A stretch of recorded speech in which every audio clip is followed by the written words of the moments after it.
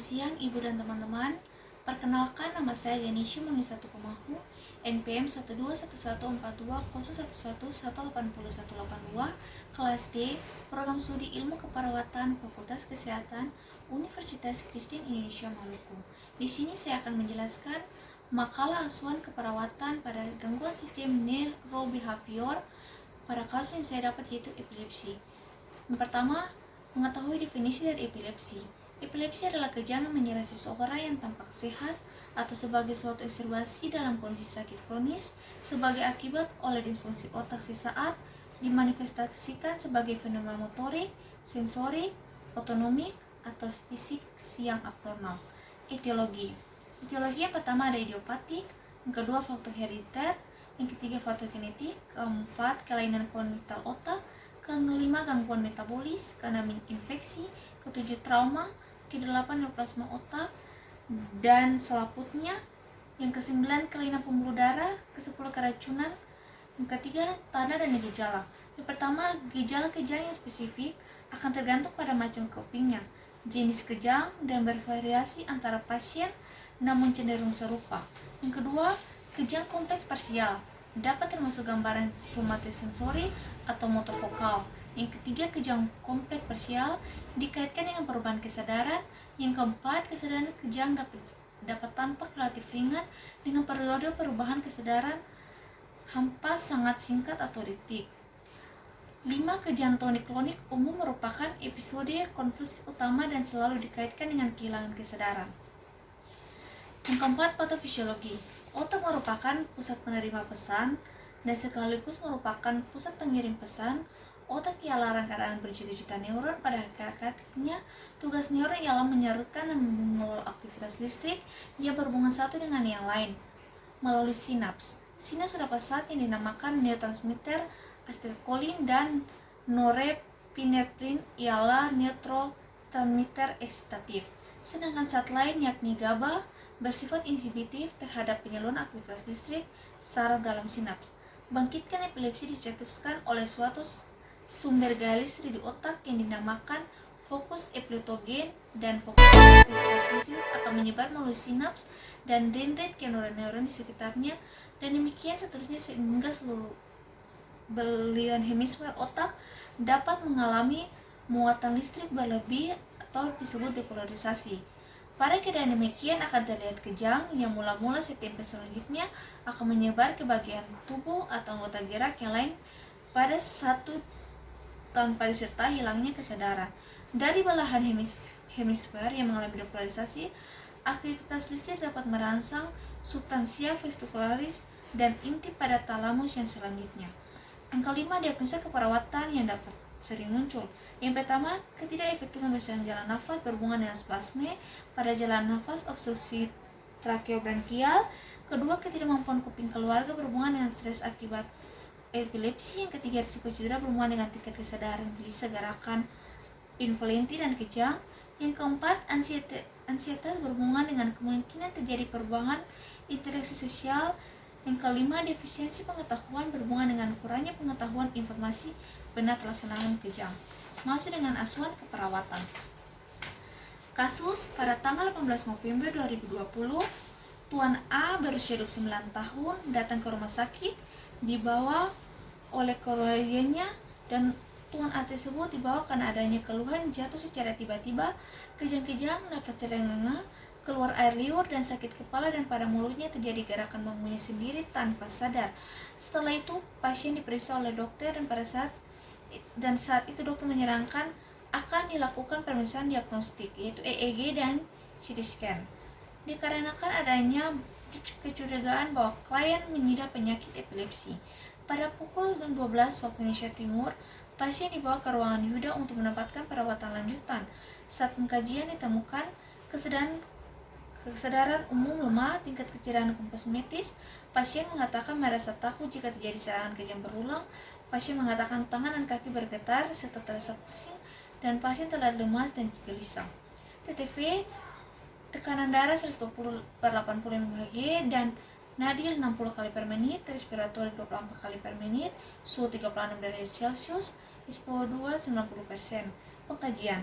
Nama Tuan A, umur 29 tahun, jenis kelamin laki-laki, alamat Benteng Karang, status menikah, agama Kristen Protestan, suku Maluku, pendidikan SMA pekerjaan swasta.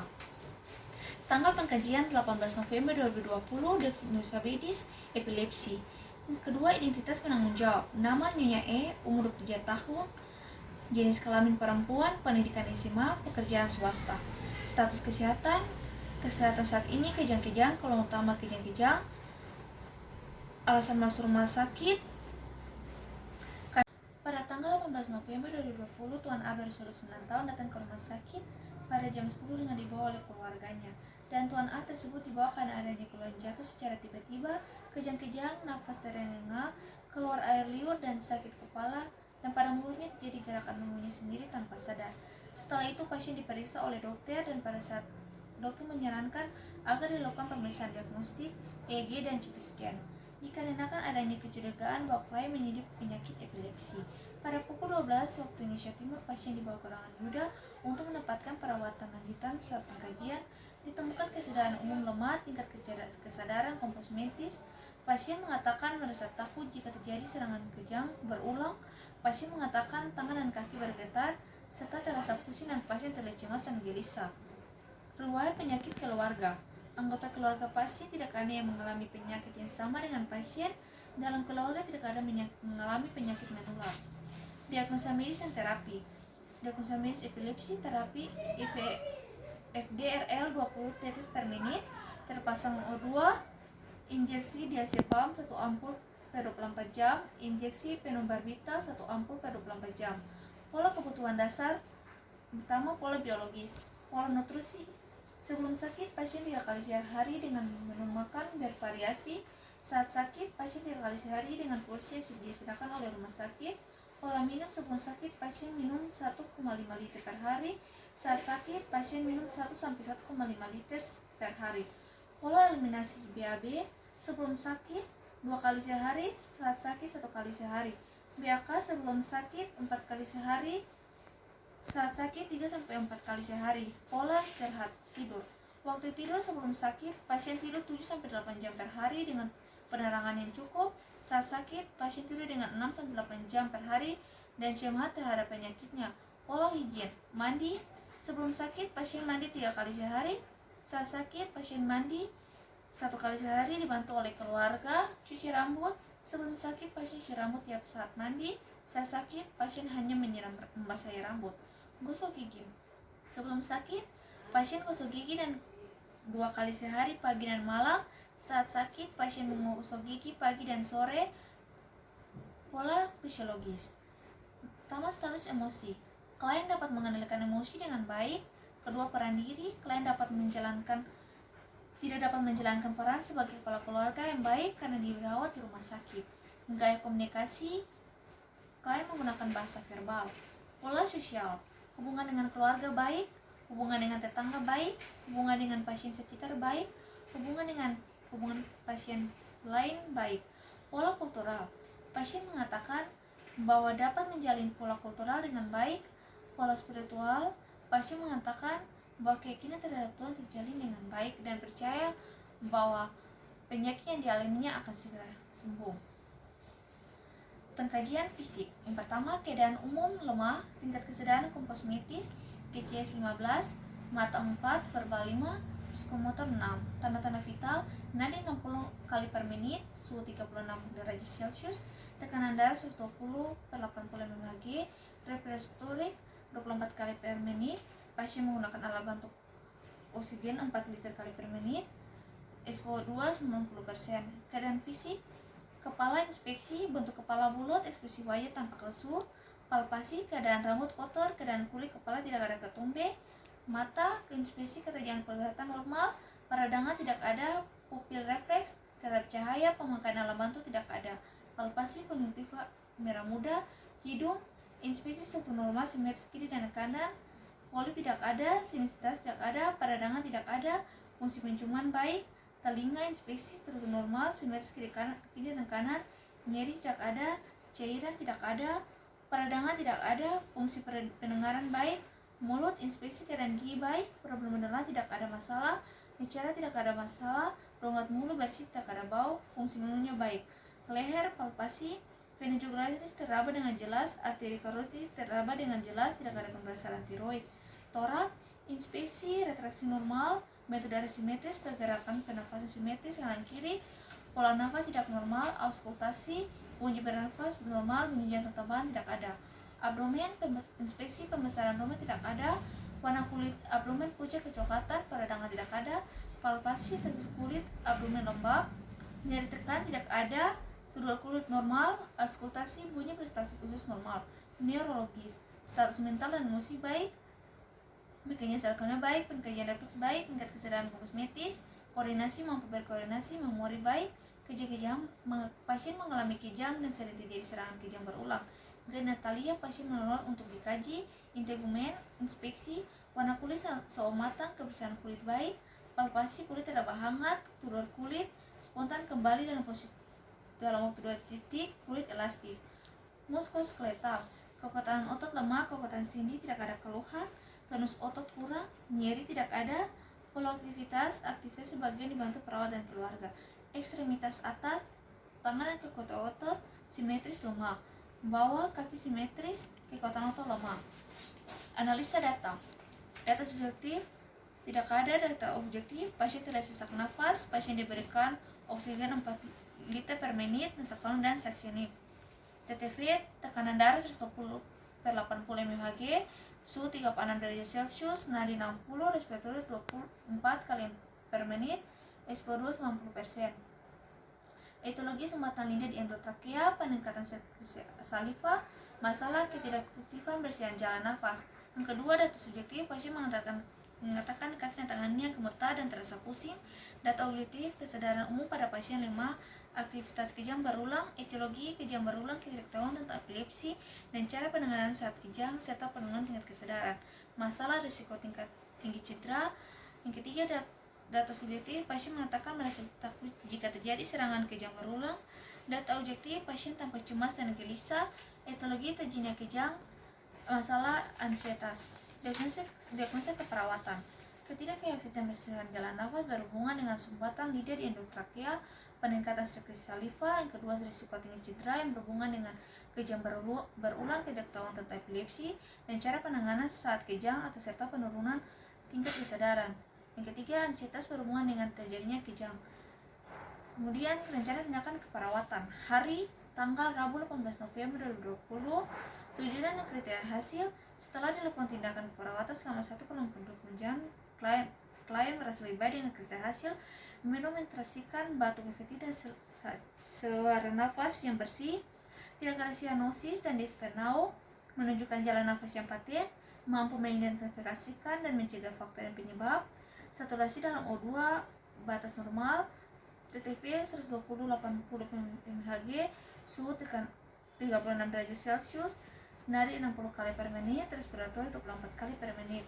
Intervensi, pastikan kebutuhan oral atau tracheal sesioning, berikan O2, anjurkan pasien untuk istirahat dan nafas dalam, posisikan pasien untuk membersihkan ventilasi, keluarkan sekret dengan batuk atau session, auskultasi suara nafas, catat adanya suara tambahan, monitor respirasi dan status O2. Yang kedua, setelah dilakukan tindakan keperawatan selama 1x24 jam, klien bebas dari cedera yang disebabkan oleh kejang dan penurunan kesadaran dengan kriteria hasil. Klien dengan keluarga mengetahui pelaksanaan kejang, mengenai stimulus kejang, melakukan pengobatan, tidak ada cedera fisik, pasien dan dalam kondisi aman, tidak ada memar. Intervensi, jauhkan pasien dari benda-benda tajam yang membahayakan bagi pasien, segera letakkan sinduk di mulut pasien yang diantara dahan pasien, kaji karakteristik kejang, pasien pasang penghalang tempat tidur pasien, penjagaan untuk keamanan, berikan informasi pada keluarga tentang tindakan yang harus dilakukan selama pasien kejang, kolaborasi dalam pemberian obat anti kejang. Yang ketiga, setelah dilakukan tindakan keperawatan selama 1x24 jam, perawatan klien tidak lagi cemas dengan tidak hasil, pasien nampak rilis dan tenang, serta tidak lagi gelisah. Intervensi, kaji tingkat ansietas dari klien, berikan penjelasan hubungan antara proses penyakit dengan gejalanya, jawab pertanyaan dengan penuh perhatian, libatkan pasien atau keluarga dalam perawatan, perencanaan kehidupan sehari-hari, membuat keputusan sebanyak mungkin, memberikan kesempatan kepada klien untuk mengungkapkan isi pikiran dan perasaan pasien. Implementasi keperawatan. Hari tanggal Rabu 18 November 2020, nomor diagnosis yang pertama, implementasi memastikan kebutuhan oral atau transaction, memberikan O2, menunjukkan pasien untuk istirahat dan napas dalam, memposisikan pasien untuk membersihkan ventilasi, melakukan CT dengan batuk atau suction, mengauskultasi suara nafas dan catat adanya suara tambahan, memonitor respirasi dan status O2. Nomor diagnosa yang kedua, menjauhkan pasien dari benda-benda tajam atau membahayakan bagi pasien, meletakkan sendok di mulut pasien yaitu antara dalam pasien, mengkaji karakteristik kejang, memasang penghalang terhadap tempat tidur pasien, memberikan informasi pada keluarga tentang tindakan yang harus dilakukan selama pasien kejang, mengkolaborasi dengan pemberian obat anti kejang. Yang ketiga, mengkaji tingkat ansietas dari pasien, memberikan penjelasan hubungan antara proses penyakit dengan gejalanya, melibatkan pasien atau keluarga dalam perawatan, perencanaan kehidupan sehari-hari, keputusan sebanyak mungkin, memberikan kesempatan kepada pasien untuk mengungkapkan isi pikiran dan perasaan pasien. Evaluasi hari tanggal 18 November 2020, nomor diagnosa yang pertama, waktu 12:15. Perkembangan, pasien mengatakan sesak nafas berkurang, pasien diberikan O2 4 liter dan sesionin, TTV 120 80 mHg, nadi 60 kali per menit, suhu 30 derajat, respiratori 20 kali per menit, masalah terhatasi, intervensi dihentikan. Yang kedua, waktu 12:30, pasien mengatakan tangan dan kaki tidak lagi gemetar dan sakit kepala berkurang. Pasien masih tampak terlihat lemah namun aktivitas kejang berulang. TTV TD 120 ke 80 mHg, nadi 60 kali per menit, suhu 36 derajat Celcius, respiratori 20 kali per menit, masalah belum teratasi, intervensi lanjutkan. Diagnosa yang ketiga, pada pukul jam 1 waktu Indonesia Timur, pasien masih merasa takut jika kejang terjadi berulang. Pasien tampak cemas dan gelisah, masalah belum teratasi, intervensi dilanjutkan. Kesimpulan, epilepsi adalah kelompok sindrom yang ditandai dengan gangguan otak sementara yang bersifat proksimal yang dimanifestasikan berupa gangguan atau penurunan kesadaran yang episodik, fenomena motorik yang abnormal, dan gangguan fisik sensorik dan sistem otonom. Gejala-gejalanya disebabkan oleh aktivitas oleh otak. Epilepsi dapat disebabkan oleh faktor fisiologis, faktor biokimiawi, dan faktor anatomis. Sekian dan terima kasih.